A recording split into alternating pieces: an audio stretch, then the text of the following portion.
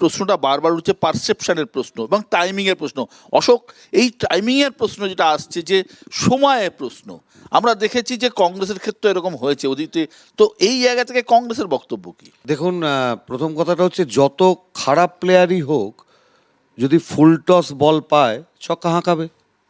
Bold হতে পারে, bold হয় না, কারণ উল্টো দিকে যারা বলটা ঠেলছে তারা তারা কিন্তু জেনে বুঝে ঠেলছে। 2021-এ মাননীয়ার ভাঙা পায়ে ফুটবল তুলে দিয়েছিল যারা, সজল ঘোষ এখানে যতই চিৎকার করুক তৎকাল বিজেপিরা, আসলে বিজেপির যারা ওপরের মহলে বসে আছে তারা জানে ফুটবলটা তুলে দিতে হবে।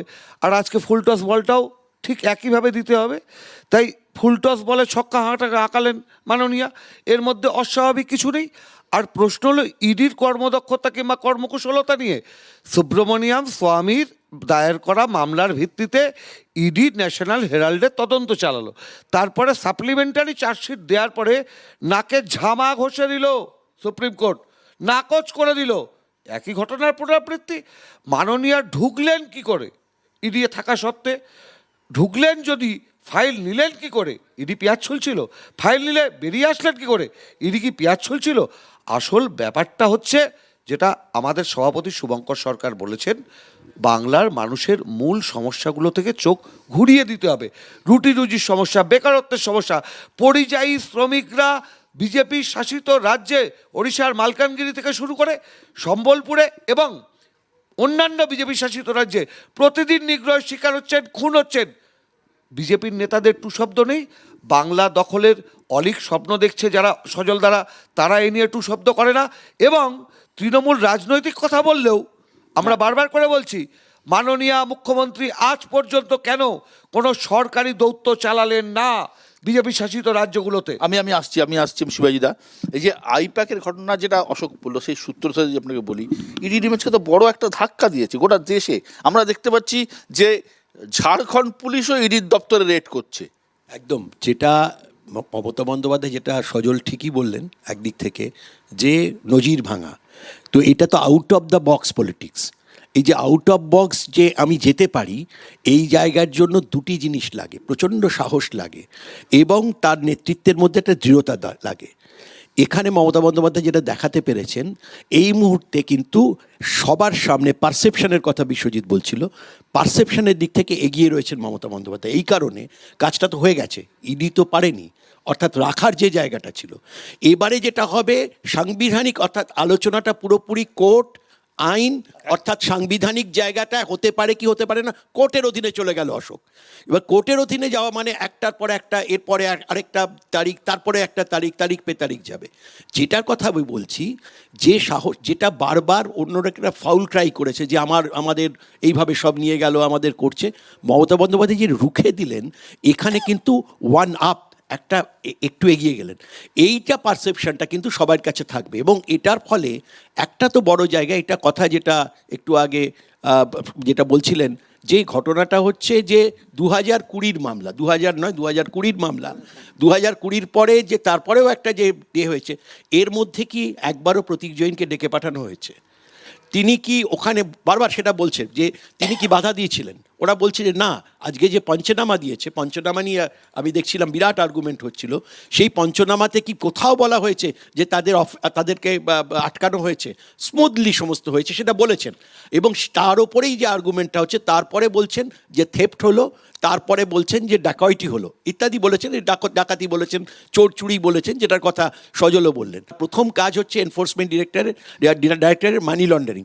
সেই তার কি প্রমাণ, কার কোথায় নোটিশ, এবং যদি দেখা যেত হ্যাবিচুয়াল অফেন্ডার, যে তিনি আসছেন না, কোঅপারেট করছেন না, প্রতীক জৈনের কথা বলছি, তাহলে এই জিনিসটা হচ্ছে। তিনি যখন একটা দলের, আজকে আইপ্যাক একা নয়, এখানে সুনীল কানুগোলা এবং এরা সবাই বিভিন্ন সময়, রেবন্ত শর্মার সময় তারা ছিলেন এবং তারা ওখানে একই রকম, ওদের এটা আইপ্যাক, ওদের হচ্ছে ইনক্লুসিভ মাইন্ড। আজকে আমরা অস্বীকার করতে পারি না, বিশ্ব 1 মিনিট খালি বলে নিতে চাই তোমার কাছ থেকে সময় নিয়ে, সেটা হচ্ছে যে আজকে কিন্তু পলিটিক্সের ধরন পাল্টে গেছে। 50-এর দশক, 60-এর দশক, 70-এর দশকের যে পলিটিক্স, আজকে কিন্তু অনেকটা আমেরিকান স্টাইল হয়ে গেছে। যেমন আমরা মুখ খুঁজি, ওখানে নরেন্দ্র মোদীর নামে ভোট হয়, এখানে মমতা বন্দ্যোপাধ্যায়ের নামে ভোট হয় বা অন্য কারুর নামে ভোট হয়। এখানেও যেটা হচ্ছে, যে ধরনের ধরনের আমেরিকাতে দেখি, যে ধরনের লবিং, যে ধরনের আগে মানে যাদের স্ট্র্যাটেজিসদের ঠিক করা, একদম সেই লাইনে চলছে। সজল, আপনারা তো রাস্তায়, মাঠে, ময়দানে নেমে রাজনীতি করেন। রাজনীতিতে পারসেপশন বলে একটা কথা আছে, পারসেপশনই তো রাজনীতি চলে।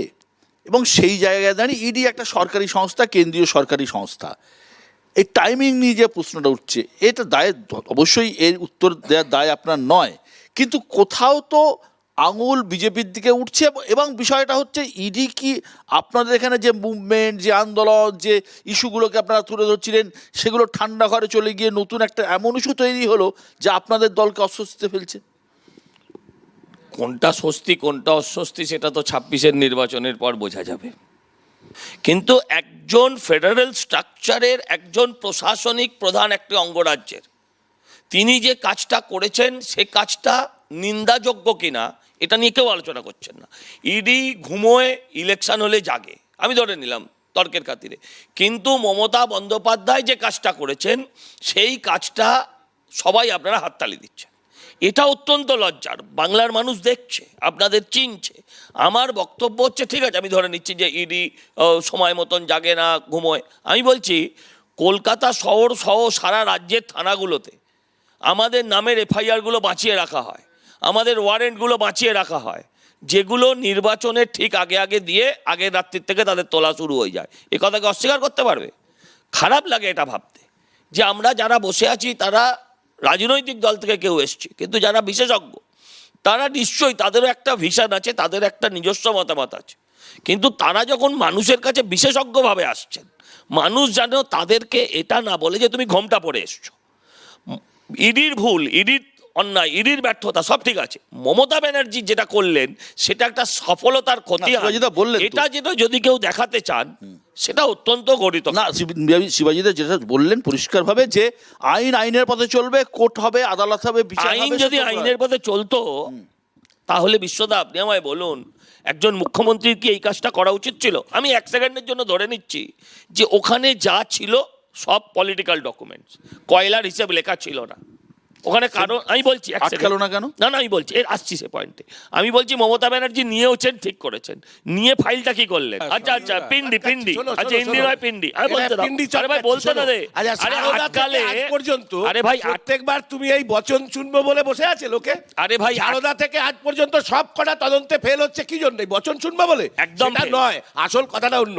আজকে যদি রানীগঞ্জে কোনো কয়লা চোর ধরা পড়ে আর তার বাড়িতে পশ্চিমবাংলার পুলিশ যায়, আর তন্ময় ঘোষ বলে কোনো ব্লক সভাপতি থাকে সেই জায়গা, সে যদি বলে আমার ব্লকের নিচে নামাস না। স্ট্র্যাটেজি ওখানে আছে, এত নিচে নামিও আমি না নিয়ে ওকে। চলে এলাম, এই রোগ যদি ছড়িয়ে পড়ে তাহলে দায়ী কে থাকবে? হ্যাঁ, তারপর সদ বল। আমি বলি হ্যাঁ। আমার যেটা বলার বক্তব্য হচ্ছে যে আলটিমেটলি দেখুন ঘুরিয়ে ফিরিয়ে সারদা নারদা সব ব্যর্থতা, আমি অস্বীকার করলাম না, কিন্তু এই যে কেন ব্যর্থতাটা কেন? কারণটা কি? কারণ না, দেবুদা, দেবুদা, বললাম, কারণটা one liner। কারণটা কি? কারণটা কি? নারদার দেবুদা one liner। কারণটা কি? কেন? তোমার কেন? কাছে আছে। আজকে মেয়েটার কি অসুবিধা করেছিল? ঠিক। নারদার ভিডিওর লাইভ টেলিকাস্ট করা হয়েছিল মুরলীধর লেনের বিজেপি পার্টি অফিস থেকে। সেই ভিডিও, শুভেন্দু অধিকারীর টাকা নেওয়ার ভিডিও ইউটিউব থেকে উধাও করে দিলে কেন, আগে সেটা বলো। আচ্ছা উত্তর দিচ্ছি। আর ও যেটা বলেছে সঠিক কথা, এর উত্তর আমার কাছে নেই। এবার আমার প্রশ্নের উত্তরও দিক।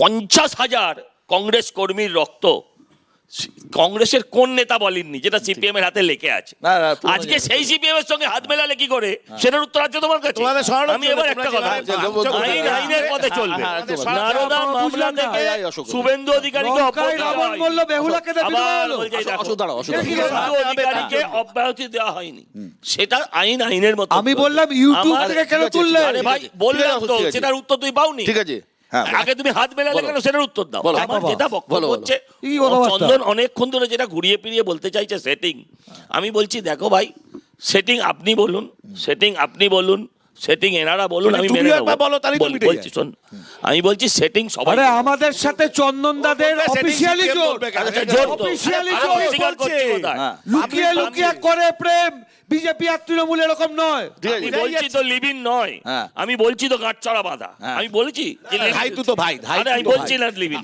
একই আমি বলছি ধাইমা, গাঁটছড়া। ধাইমা জন্ম হ্যাঁ, দিয়েছে, বুঝলাম। লেবার আরে রুমে ভাই, ছিল। দাঁড়ান। শ্রমিক ভট্টাচার্য বলেছিলেন কি, আরে ভাই- আমরা লেবার রুমে ছিলাম তাই তৃণমূলের জন্ম হয়েছিল। ঠিক আছে। তাহলে ধাই তুতো ভাই হলো ধাইমার ছেলে। আচ্ছা ভালো ধাই ভালো, তুতো ভাইরাল ভাই। হবে, তোর কথাটা ভাইরাল হবে। ঠিক আছে। আমি যেটা বলছি যে সেটিংয়ের কথা সবাই বলুক, সিপিএম ছাড়া, যারা 21শে জুলাইয়ের ঘটনার পর মমতা ব্যানার্জির বিরুদ্ধে অভিযোগ করেননি, যারা ওই বিধানসভা ভাঙার পর ওই মমতা ব্যানার্জি এখন যেমন করে ফাইল ধরে আছেন, ঠিক ওরম করেই সংবিধান ধরে বিধানসভা ভেঙেছিলেন, তখন তার বিরুদ্ধে একটা অভিযোগ না করে প্রদর্শনী করেছিল স্কুলের হ্যাঁ, বাচ্চাদের প্রদর্শনী, দেখাতে। সবাইকে এক মিনিট, এক বলেছিল, মিনিট। দেখো। যারা 14 দিন একটা ন্যাশনাল হাইওয়ে বন্ধ করে রাখার পর যাকে পুলিশ দিয়ে তুলে দেওয়ার কথা ছিল, তারা পুলিশ দিয়ে প্রোটেকশন দিয়েছিল, সেটিং এর কথা আর যে বলে ওদের রাজনাথ সিং এসেছিল বলে। তারা যেন না ওটা বলে, অন্য রাজনাথ সিং জায়গায় এসেছিল বলবে। বলে। এই যে, এই যে, আসল এই যে, সেটিং এই যে, এক জায়গায়, এই যে, এই যে, আসল এই সেটিং যে এক 14 দিনের জায়গায়, হাইওয়ে, এই যে, আসল এই যে। বললাম, এই যে ভাই, 14 দিনের হাইওয়ে, ভাই, রাজনাথ ভাই, সিং। ভাই, ভাই, ভাই, ভাই, ওই যে ভাই। ধাইমার ভাই। আরে, আবার বললাম দেখো ওইরকম ছবি দেখালে তোমাদের প্রপিতামহ জ্যোতিবাবুর আরে, সঙ্গেও settingটা বলো, বাজপেয়ীর setting, ছবিটা আছে, settingটা বলো। সেটাও তুলতে পারো। settingটা বলো। সেটিং, এই তো বললাম সেটিং এটাই, যে সেটিং সেটিং সেটিং বলে বুঝিয়ে একটা মিথ্যে কথা যদি 10 জন বলে, সেই ব্রাহ্মণের গোয়েবেলস গল্প আছে, গোয়েবেলসের থিওরি, গোয়েবেলস মানে ওদের, তো এই যে স্টাইলটা, এটা গোয়েবেলস তো হিটলারের, এই গোয়েবেলস তো আচ্ছা, ঠিক হিটলারের, আছে। এই গোয়েবেলস তো তো হিটলারের।